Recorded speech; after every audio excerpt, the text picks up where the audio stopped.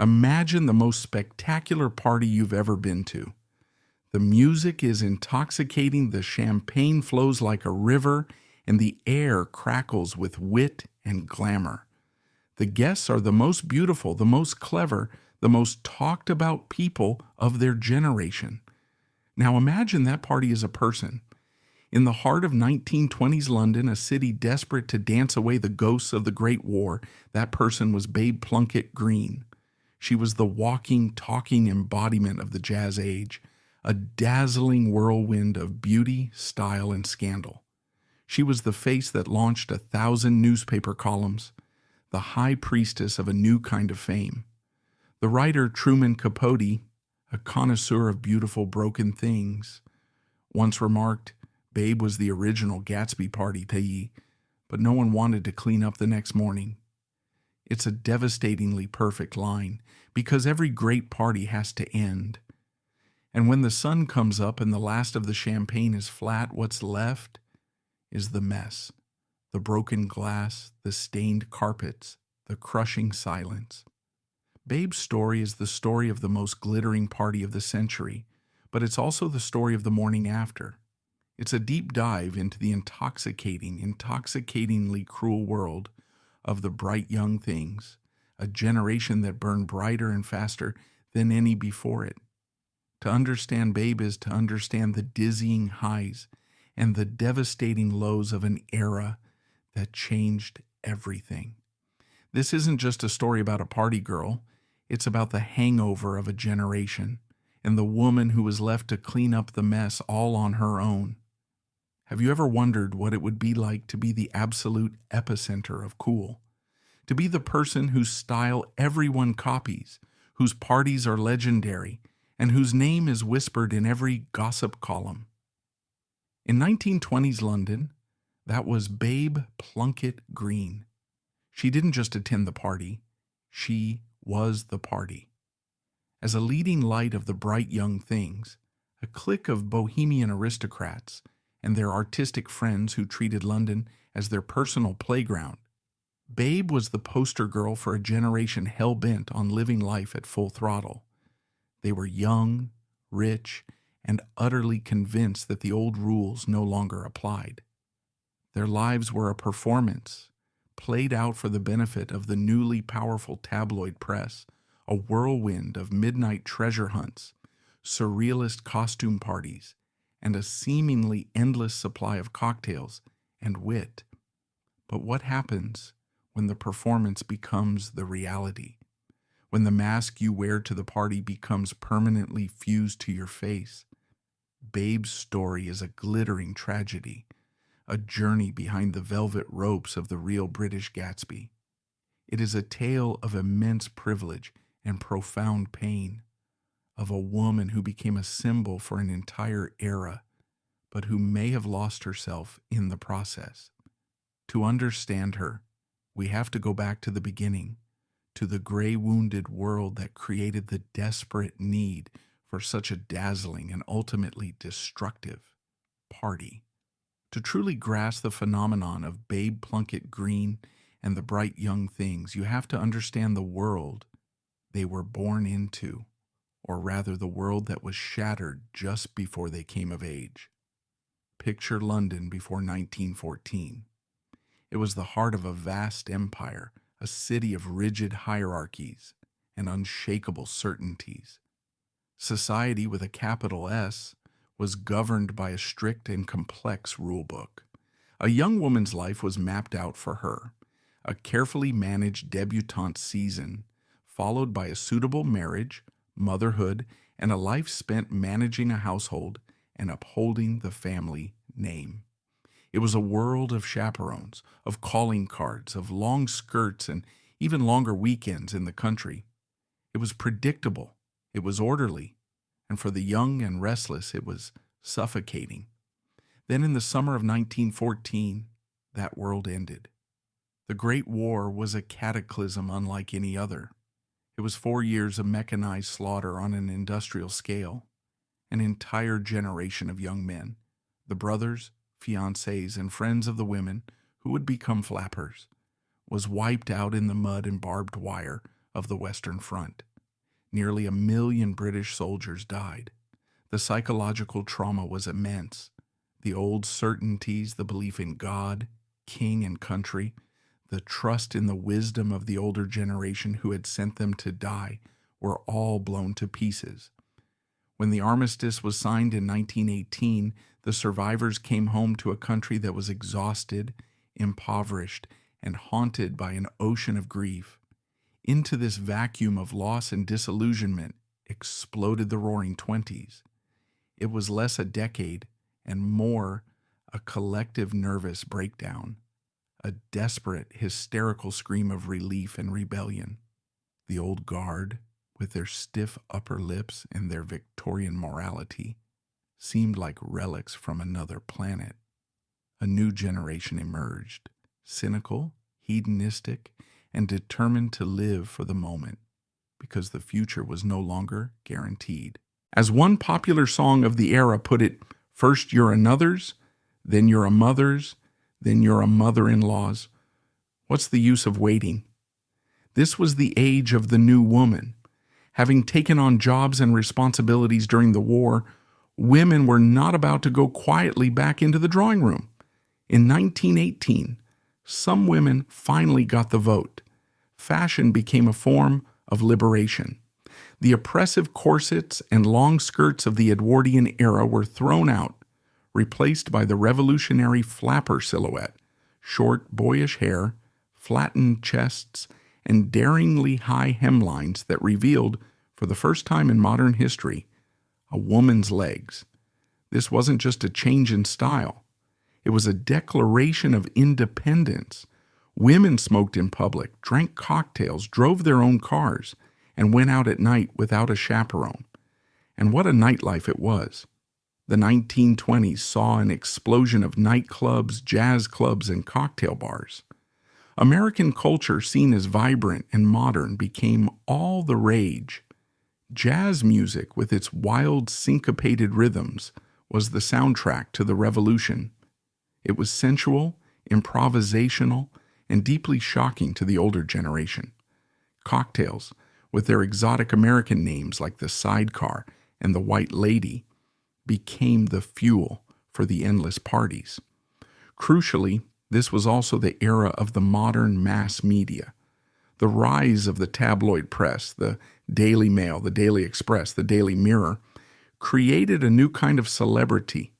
These papers, with their gossip columns and society pages, were hungry for content, and the bright young things were more than happy to provide it. They were arguably the first generation to understand the power of publicity, to court the press and perform for the camera. Their elaborate parties and public pranks were not just for their own amusement. They were staged events designed to be written about. Photographers like Cecil Beaton, himself a member of the group, acted as their official court artists, creating a curated, highly stylized image of their glamorous, carefree lives that was then sold to a public desperate for escapism. This was the world that was waiting for Babe, a world where the old aristocracy was losing its grip, where new money was mingling with old titles, and where fame was a currency all its own. It was a world that had a vacancy for a new kind of queen, a queen of the night. It was a role that offered glamour, excitement, and a chance to reinvent oneself. But it was a role that would demand a terrible price. The woman who would become the icon of the jazz age was born Enid Margot Bendir on October 27, 1907. There was nothing particularly bohemian or rebellious about her origins. In fact, her family represented the pinnacle of Edwardian success and aspiration. Her father, Arthur Bendir, was a formidable figure. Born into a family of Austrian Jewish merchants, he was a self-made man of immense ambition and financial acumen. He had become a hugely successful stockbroker and financier in the city of London, accumulating a vast fortune. Like many newly rich magnates of the era, he sought to cement his family's status by acquiring the ultimate symbol of Englishness, a grand country estate. In 1919, Arthur Bendeer bought Medmenham Abbey in Buckinghamshire. The name was grand, but the reality was even grander. It was a historic property, a former Cistercian abbey on the banks of the River Thames, famously rebuilt in the 18th century to house the notorious Hellfire Club, a secret society of rakes and politicians dedicated to debauchery. Bendeer poured a fortune into restoring the house, filling it with priceless antiques, tapestries, and works of art. It was a stage set for the perfect aristocratic life, complete with sprawling gardens, tennis courts, and a fleet of servants. Babe's mother was Enid Margot Turner, a beautiful English woman who played her part as the chatelaine of this new dynasty. But the family life within the magnificent walls of Medmenham was not a particularly warm one. Arthur was a domineering and often distant father, obsessed with his business and his social standing. Margot was a society hostess, more concerned with appearances than with emotional connection. It was a household run on Edwardian principles of formality and emotional restraint. Children were to be seen, not heard, and were raised primarily by a succession of nannies and governesses. Into this formal, opulent world, the young Enid Bendeer never quite fit. She was a shy, sensitive, and strikingly beautiful child, with enormous, watchful gray eyes that seemed to take in everything. She was one of 4 children, and she often felt overshadowed by her siblings. While her brothers were sent off to prestigious public schools, her education was a typical upper-class girls' finishing school affair, designed to prepare her for marriage, not a career. She was taught French, music, and how to manage a household, but her intellectual curiosity was never truly nurtured. She grew up surrounded by immense wealth, but also with a gnawing sense of emptiness, a feeling of being an accessory in her own life. The nickname that would define her was bestowed upon her not by her family, but by the famous and famously bohemian artist, Augustus John, a friend of her parents. Captivated by her ethereal, wide-eyed look, he began calling her Babe. The name stuck. It perfectly encapsulated her youthful appeal, but also hinted at a certain passivity, a childlike quality that suggested she was someone to be looked at and admired, rather than listened to. It was a name that objectified her even as it celebrated her beauty. As she grew into her teenage years, the pressure to conform began to mount. The path laid out for her was clear. She would be presented at court as a debutante, endure a season of formal balls and tea parties, and find a suitable husband from a good family. It was the life her mother had lived and the life that was expected of her. But something in Babe resisted. She found the stilted conversations and rigid etiquette of the debutante scene to be mind-numbingly dull. She possessed a quiet, rebellious streak, a yearning for something more exciting, more authentic than the stuffy world of her parents. She began to gravitate towards a different crowd, a younger, more artistic set who were beginning to make waves in London society. This was the nascent world of the bright young things. They were the children of the same aristocratic and wealthy families she knew, but they spoke a different language, a language of jazz, cocktails, and cynical wit. They didn't want to attend stuffy balls. They wanted to throw their own parties on their own terms. They found the older generation's obsession with tradition and propriety to be utterly laughable. In this world, Babe, with her striking, unconventional beauty and her quiet disdain for the establishment, was immediately recognized as one of their own. She was still Enid Bendeer, the wealthy stockbroker's daughter, living in a gilded cage, but she was about to find the key. That key came in the form of a tall, impossibly charming, and wildly eccentric young man who was the absolute epicenter of this new, glittering world. His name was Babe Plunket Greene, and when he met Babe, The fuse was lit on the explosion that would make them the most talked about couple in London and turn the shy girl from Medmenham Abbey into a legend. The party was about to begin. The London that Babe Bendeer was poised to enter was a city running on adrenaline and bootleg gin. The staid, formal world of her parents' generation was being systematically dismantled by their own children, one cocktail party at a time. This was not a quiet rebellion. It was a loud, glittering, and deliberately provocative insurrection. They were a generation that had inherited titles and fortunes, but had lost all faith in the institutions those things represented. They were artists, aristocrats, and iconoclasts, and they called themselves the bright young things. They needed a queen, a face for their glorious, beautiful revolution. And in a quiet, shy girl with enormous sad eyes, they were about to find her. But first, she had to meet their king. The man who would unlock the gilded cage for Babe was David Plunket Greene. To simply call him a man is to do him a disservice. He was a phenomenon, a walking piece of performance art. Born in 1904, he was blessed with the perfect pedigree for this new hybrid world. His father was Harry Plunket Greene, one of the most celebrated concert baritones of his era, which gave David an entree into the artistic, bohemian world.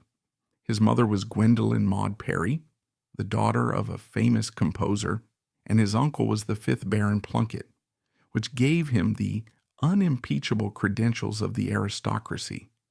He was the perfect fusion of blue blood and artistic temperament. By all accounts, David was intoxicatingly charming. He was tall and slender, with a shock of untamable dark hair and a manic, infectious energy. He was a jazz aficionado in an era when most of his class still considered it jungle music, a brilliant conversationalist, and a man possessed of a wild, surreal sense of humor. The writer and his close friend, Evelyn Waugh, described him as having a peculiar, clownish grace. But beneath the dazzling surface there was a deep-seated melancholy, a volatility that could turn his charm into cruelty in an instant. He was a man of intense, fleeting passions, constantly searching for the next thrill to keep his own demons at bay. He was, in short, the human embodiment of the Roaring Twenties. When David met Babe sometime in the mid-1920s, the attraction was immediate and explosive. He was captivated by her otherworldly beauty, her quietness a stark contrast to his own frantic energy. He saw in her a blank canvas onto which he could project his ideals of modern style and glamour. For Babe, David was a whirlwind who promised to sweep her away from the stifling boredom of her life. He was everything her father was not: young, exciting, artistic, and utterly contemptuous of the stuffy conventions she longed to escape. Their courtship was a breathless tour of the emerging hotspots of jazz-age London, late nights at the Café de Paris, cocktails at the Ritz, and endless chaotic parties in cramped artists' studios. He introduced her to his circle, and she was an instant sensation. The quiet girl from the country was being reborn in the glare of the city lights. Their wedding, on Christmas Eve of 1926, was the official coronation of the bright young thing's golden couple. It was the society event of the year, breathlessly reported in the gossip columns. Evelyn Waugh was best man, and the guest list was a who's who of the new Bohemia. The union was more than a marriage, it was a merger, a strategic alliance that solidified their position at the very center of their universe. With the financial backing of Babe's wealthy father, they set up house at 37 Tavistock Square in Bloomsbury. This was not to be a quiet marital home. It immediately became the unofficial headquarters, the central nervous system of the bright young things. Life at Tavistock Square was, by all accounts, a continuous party. The doors were never locked. The gramophone, perpetually spinning the latest jazz records by Duke Ellington or Louis Armstrong, was never silent. The cocktail shaker was in constant use. Their home was a magnet for the entire circle, a place where one could drop in at any time of day or night and find a gathering in full swing. It was here that the group's most famous escapades were planned, their elaborate pranks conceived, and the latest gossip exchanged. And presiding over it all was Babe. The shy girl was gone, replaced by a confident, impossibly chic hostess. She had found her stage, and she played the part to perfection. This stage was populated by some of the most fascinating and talented figures of the era, who together formed Babe and David's court. There was, of course, Evelyn Waugh, the brilliant, cynical novelist who would act as the group's official chronicler. He was infatuated with their world even as he mercilessly satirized its follies. His diaries from the period are filled with accounts of parties at the Plunket Greene's house, documenting the wit, the drunkenness, and the escalating chaos with a sharp, observant eye. He admired Babe's beauty, but saw the fragility beneath it. Then there was Cecil Beaton, the photographer who, more than anyone, created the visual myth of the bright young things. Beaton was a brilliant, ambitious, and often snobbish aesthete who used his camera to transform his friends into icons. He was utterly obsessed with Babe's unique looks. In his diary, he wrote, "Babe Plunket Greene has a Gainsborough head on a crane-like neck.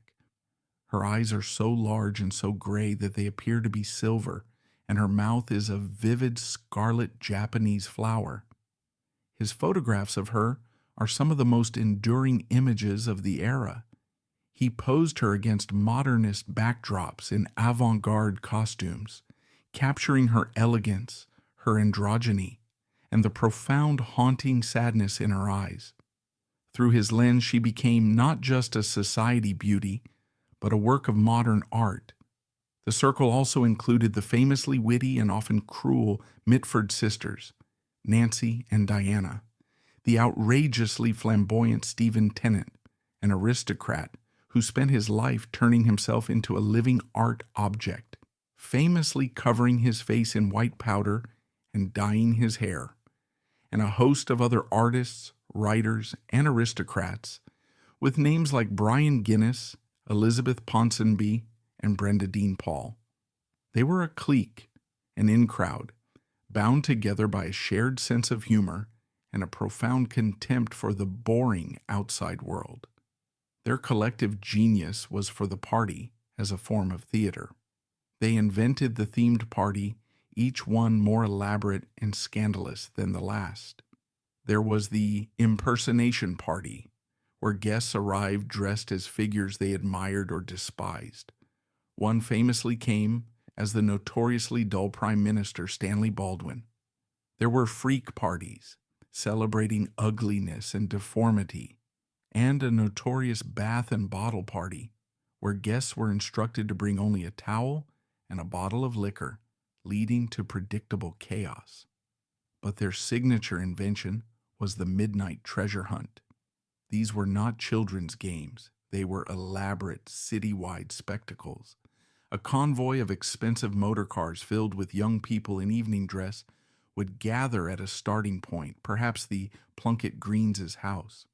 They would be handed the first of a series of cryptic, often poetic, clues.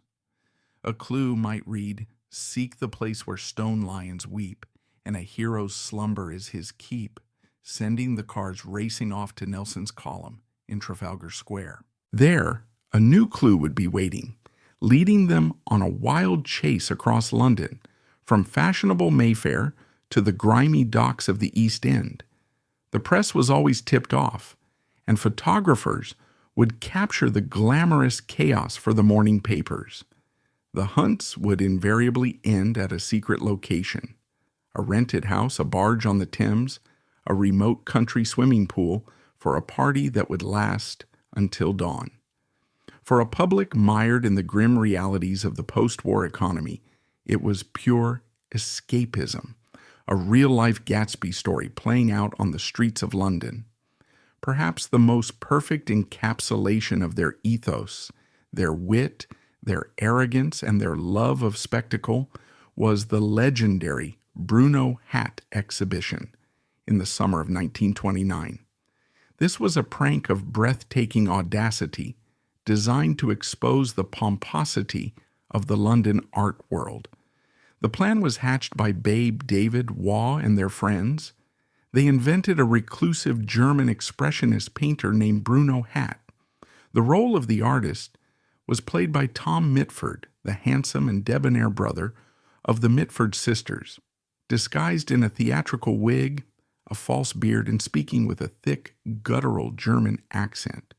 The group spent a weekend furiously producing the artist's oeuvre. The paintings were deliberately terrible, childlike daubs and abstract swirls made with household paint, sand, and even borrowed lipstick. One piece consisted of a singed feather stuck to a canvas titled "The First Abstract." Another was a tangle of wiring ripped from a car. Babe, playing the role of the glamorous patroness, then used her connections to secure a prestigious private gallery for the exhibition. Invitations were sent out, and the press was alerted to the arrival of this mysterious new genius. On the opening night, the gallery was packed with London's most eminent art critics, collectors, and society figures. They shuffled around the room, solemnly inspecting the ridiculous paintings, and, incredibly, they fell for it completely. Critics were overheard praising Bruno Hat's masterly use of texture and his profound psychological insight. The Bloomsbury artist and critic Roger Fry was reportedly deeply impressed. Babe drifted through the crowd, a perfect picture of elegance, a faint, knowing smile playing on her lips as she listened to the pompous pronouncements. The exhibition was a triumph. It sold several paintings and garnered rave reviews. The eventual reveal of the hoax caused a sensation, delighting the pranksters and deeply embarrassing the establishment. It was the bright young things at their peak, clever, cruel, and utterly convinced of their own superiority. And Babe was their queen. She had completed her transformation. She was a fashion icon. Her severe black bob, pale skin, and scarlet lipstick, a look Cecil Beaton dubbed her "death's head chic," was copied by women everywhere. The gossip columns hung on her every move. She had escaped the gilded cage of her childhood and created a new world where she was the undisputed center. The party was in full swing, more glamorous and more intoxicating than anyone could have imagined. But the pace was frantic. The nights were getting longer, and in the shadows, just beyond the glare of the flashbulbs, the mess was beginning to accumulate. The cost of being the party was starting to come due, and the price would be higher than anyone could have possibly imagined. There is a law of physics that every dazzling explosion is followed by a collapse. Every firework that lights up the sky must eventually fall back to earth as cold ash. For Babe and David Plunket Greene, and for the bright young things they led, their explosion had been magnificent, a decade-long firework display that had captivated and scandalized a nation. But by the turn of the 1930s, the laws of physics and of human nature began to reassert themselves. The frantic, desperate energy required to keep the party going was starting to run out. The performance of being the golden couple was becoming an exhausting full-time job, and behind the curtain, the stage was starting to fall apart. The beautiful, chaotic dream was about to curdle into a nightmare. The very essence of the bright young thing's existence was its public nature. Their lives were a form of theater, and Babe and David were the leading players. But the pressure to constantly perform, to always be on, to be wittier, more outrageous, more beautiful than everyone else, was immense and corrosive. The spontaneous joy of their early parties gave way to a frantic, almost compulsive need for stimulation. The laughter began to sound a little too loud, the smiles a little too fixed. The endless quest for the new and the shocking was a hungry ghost that could never be satisfied. The cracks in their marriage, the union that had been the social bedrock of their world, began to widen into a chasm. David, the charming, manic ringmaster, was losing his grip. His friends, particularly Evelyn Waugh, noted in their diaries the increasing frequency of his dark moods. His clownish grace now often gave way to a frightening volatility. He would disappear for days on end, consumed by what was then called melancholia. His charm, when it soured, became a form of sophisticated cruelty. Their home, once a beacon of fun and creativity, was now often a place of tense silences and bitter arguments, punctuated by the forced gaiety of yet another party, to stave off the encroaching reality. Their marriage, famously open, became a source of pain rather than a symbol of modern liberation. Both Babe and David embarked on a series of affairs, not so much out of passion, but out of a desperate search for validation and escape from each other. These were not secrets. They were weapons, brandished in the ongoing unspoken war of their collapsing relationship. The intimacy they once shared was replaced by a kind of competitive hedonism, each trying to prove they were having a better time than the other. Compounding their emotional turmoil was a looming financial disaster. The parties, the couture clothes, the country houses, the travel, the servants, it all cost a staggering amount of money. Babe's substantial dowry from her father and their inheritances were being hemorrhaged at an astonishing rate. They were living on a scale that was utterly unsustainable, a fact they chose to ignore with the same determined recklessness with which they ignored everything else. Bailiffs' letters began to appear among the party invitations. The glamour was being maintained on a foundation of rapidly accumulating debt. This added a layer of quiet, gnawing panic to their lives, another demon to be silenced by the next cocktail or the next party. To silence these demons, they, along with many in their circle, turned to a more potent form of escape. The shadow economy of their world was drugs. In the 1920s, cocaine had been a fashionable party accessory, a little something to sharpen the wit and keep the energy up until dawn. But as the decade turned, the use became heavier, more desperate. Cocaine was the fuel, but heroin, or morphia, as it was often known, was the anesthetic. It offered a blissful floating oblivion, a temporary death from the anxieties of a life lived at an impossible pitch. For Babe, a woman whose entire identity was now wrapped up in her public persona, the drugs became an essential piece of scaffolding.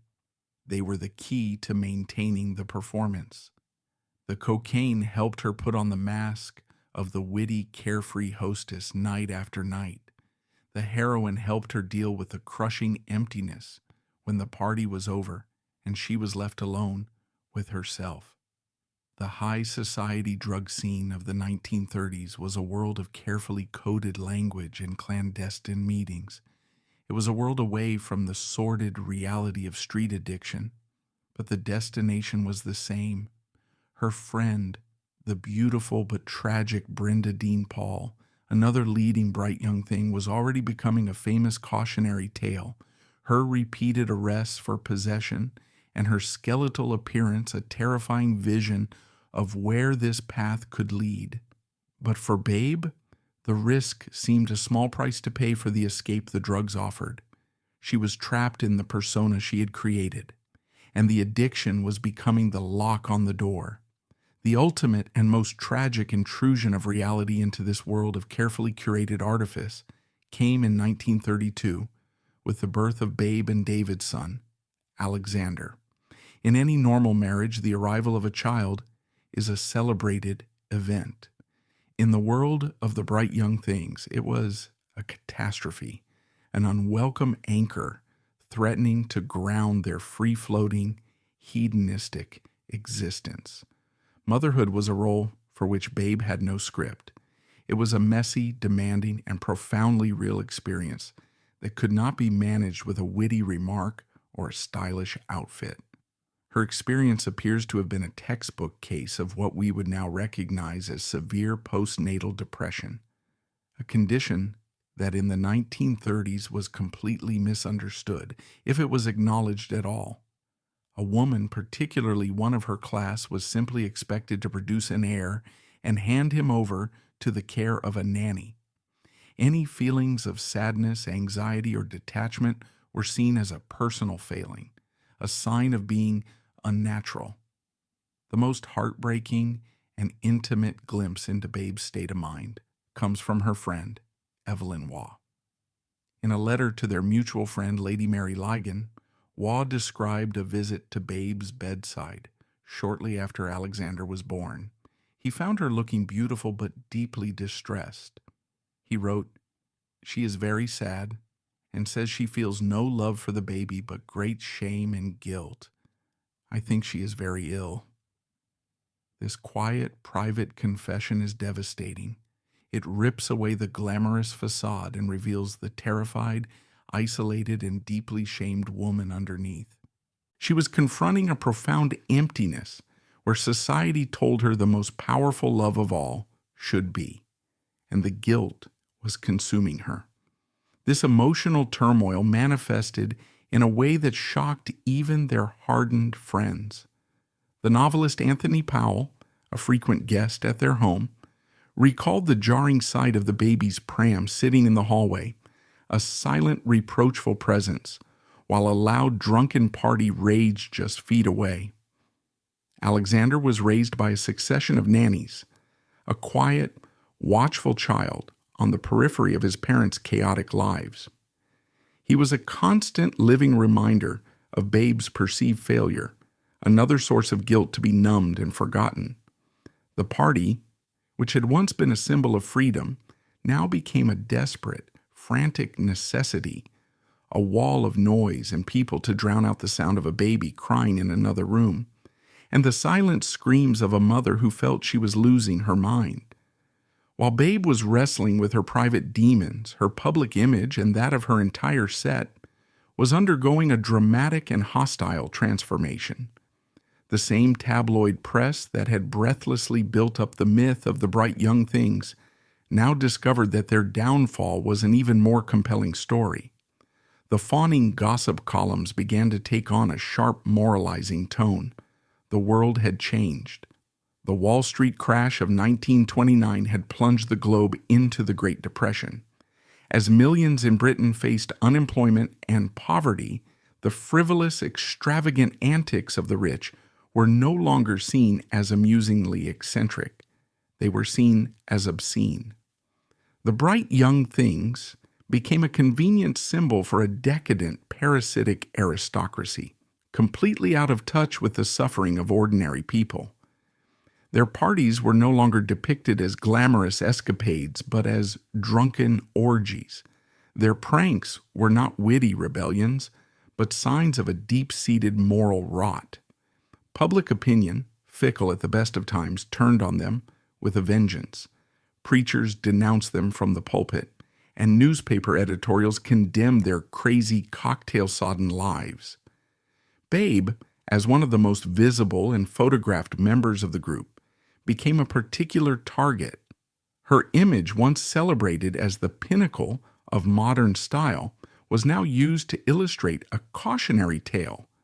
Whispers about her drug use, her open marriage, and her neglectful mothering became open scandals.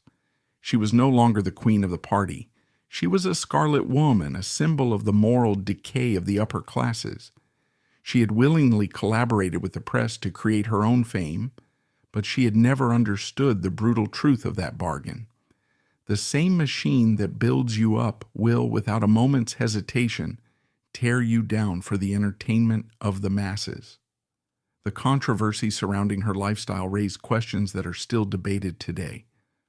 Was she a victim of a misogynistic press, a woman unfairly judged by standards not applied to the men in her circle? Or was she a willing participant in her own downfall, a supremely privileged individual who recklessly pursued her own pleasure with no thought for the consequences? The truth is not simple.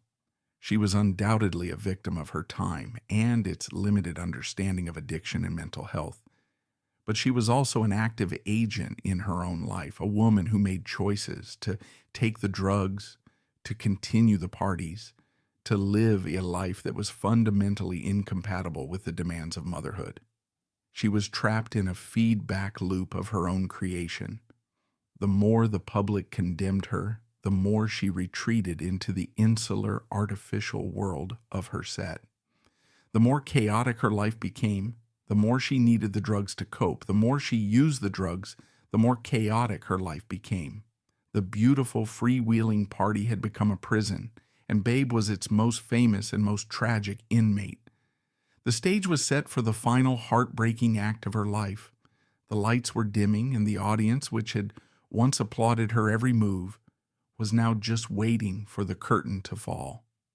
Every great party has an end. Sometimes it's a slow fade, sometimes a sudden jarring stop. For Babe Plunket Greene and the Bright Young Things, their spectacular decade-long party came to an abrupt halt, not with a whimper, but with the deafening roar of war. The frivolous, glittering world of treasure hunts and champagne breakfasts could not survive the grim reality of air raids, rationing, and national sacrifice. As the world plunged into its second great conflict, the artificial light that had sustained Babe's performance was extinguished, leaving her in the stark, unforgiving darkness. The ultimate hangover had arrived. By the mid-1930s, the intoxicating allure of the Bright Young Things had largely evaporated, replaced by a growing sense of anxiety and impending doom. The group itself began to fracture. Some members, like Evelyn Waugh, had grown up and settled into more conventional lives, channeling their observations into brilliant literature. Others had simply grown tired of the frantic pace, the endless parties, and the escalating self-destruction. The friendships, once so intense and exclusive, frayed under the strain of addiction and financial ruin. For Babe, the unraveling was profound and deeply personal. Her marriage to David had become a toxic wasteland. The charming eccentricities that had once captivated her had morphed into an unbearable instability.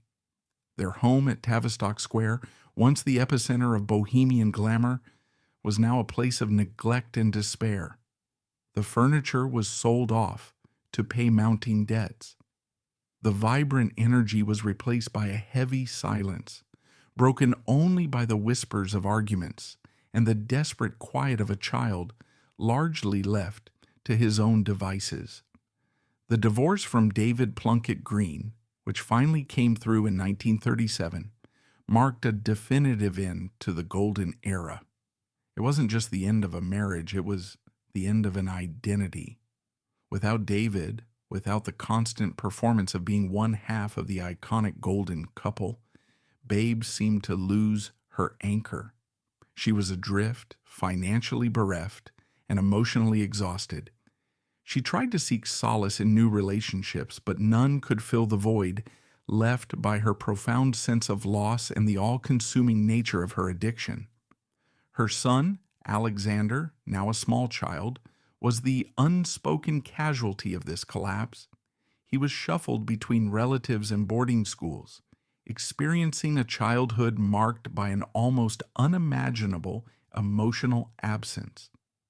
The glamorous mother he saw in old photographs bore little resemblance to the distant, often drug-addled woman who flitted in and out of his life.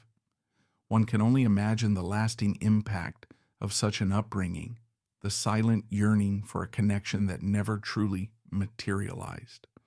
This broken maternal bond remains one of the most poignant and tragic aspects of Babe's story, a silent accusation against the hedonism that consumed her. The outbreak of World War II in September 1939 delivered the final decisive blow to the world Babe inhabited. The Jazz Age was utterly, irrevocably over. London transformed into a city under siege, battling nightly air raids during the Blitz. The bright young things, with their frivolous pursuits, seemed like a relic from another century. Parties were replaced by air raid shelters, cocktails by cups of weak tea, and couture by utilitarian utility clothing. Many of her former friends joined the war effort, took up nursing, or left London for safer country estates.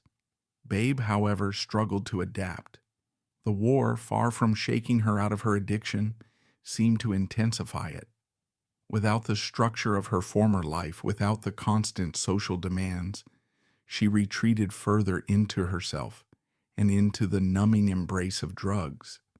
She moved into a small flat, a far cry from the grand houses and country estates she had known. The society pages, which had once breathlessly reported her every move, now ignored her completely. She became a ghost of her former self, a forgotten icon of a forgotten era. Her health, long compromised by her drug use, began to seriously deteriorate. The enormous, luminous eyes that Cecil Beaton had so famously photographed now looked dull and sunken. Her once striking features became gaunt and drawn. There were periods when friends and family, recognizing the severity of her condition, tried to intervene. She made attempts to get clean, to reclaim some semblance of her former self, but the grip of addiction, combined with the deep, untreated emotional wounds from her past, proved too strong. The disease had taken root so deeply that escape seemed impossible. The party was not just over, it was slowly, inexorably killing her. Babe Plunket Greene died on November 4th, 1987. Having been born in 1907, she had reached the age of 80, living a life that spanned from the height of the Edwardian era to the modern age. The official cause of death was listed as cardiac arrest, but it was widely known that her long battle with drug addiction was the underlying cause. Her death, unlike her life, was quiet and largely unremarked upon by the wider public. The newspapers, which had once plastered her face across their pages, offered only terse, polite obituaries, a far cry from the sensational headlines that had followed her every move in the 1920s. The bright young thing had faded into the quiet darkness, leaving behind a complex and haunting legacy. Her most obvious historical significance lies in her role as a defining icon of the Jazz Age. Along with her friends, she helped to create the blueprint for modern celebrity culture. The bright young things were arguably the world's first true influencers, a group of young people famous simply for being famous, for their style, their parties, and their outrageous antics. Through the writings of Evelyn Waugh, especially Vile Bodies, and the iconic photographs of Cecil Beaton, Babe and her set achieved a kind of cultural immortality. They are forever etched in the popular imagination as the beautiful, reckless, and ultimately doomed youth who danced on the precipice of a new, uncertain world. Her image, even if her name is sometimes forgotten, remains synonymous with the glamour and self-destruction of the Roaring Twenties, but her story offers a deeper, more profound significance. It serves as a powerful and deeply moving cautionary tale about the human cost of living a life without limits and the insidious nature of addiction. Babe's trajectory from dazzling socialite to forgotten addict mirrors the tragic narrative arcs of countless celebrities who have followed in her wake, from the golden age of Hollywood to the present day. Her life highlights the immense pressure of public scrutiny, The relentless demands of maintaining a glamorous persona, and the terrifying emptiness that can lie beneath a facade of endless fun. She epitomizes the destructive cycle where public image and private pain become inextricably intertwined. The story of Babe Plunket Greene is not just a chronicle of the jazz age, it is a glittering tragedy and a timeless cautionary tale about the nature of fame, social pressure, and the inner struggles of the human spirit. Her life serves as a profound lens through which to explore the conflict between personal identity and public persona in a world that increasingly values superficiality. It compels us to look beyond the glittering surfaces of celebrity to recognize the hidden stories of vulnerability and struggle beneath. Her life thus raises crucial questions about how society creates its idols, only to readily discard them when they no longer serve the purpose of entertainment, a reality that remains just as relevant today. Furthermore, her story shatters the illusion that privilege and wealth are steadfast shields against inner turmoil or the ravages of addiction. On the contrary, it underscores that the battle against inner demons, the search for meaning and happiness, is a universal human experience, regardless of class or status. The context of this tragedy is deepened when considering the immense social pressures placed upon women of her era. Babe was expected to be a perfect archetype, beautiful, charming, and the consummate hostess. When she failed to meet the sacrosanct expectation of motherhood, society's judgment was swift and unforgiving. Her story highlights the importance of mental health awareness, particularly regarding postnatal depression, a condition that, in her time, was dismissed as a moral failing rather than a medical issue requiring compassion and treatment. She was both a product of her time and a victim of its limitations. Ultimately, Babe's legacy is hauntingly encapsulated in Truman Capote's remark, "Babe was the original Gatsby party, but no one wanted to clean up the next morning." The mess she left behind was not one of empty bottles, but of a life cut tragically short, a ruined marriage, and a child left to navigate the wreckage. She is a heartbreaking reminder that the brightest lights often cast the darkest shadows, and that her life, for all its glamour and recklessness, was ultimately a very human cry in the dark.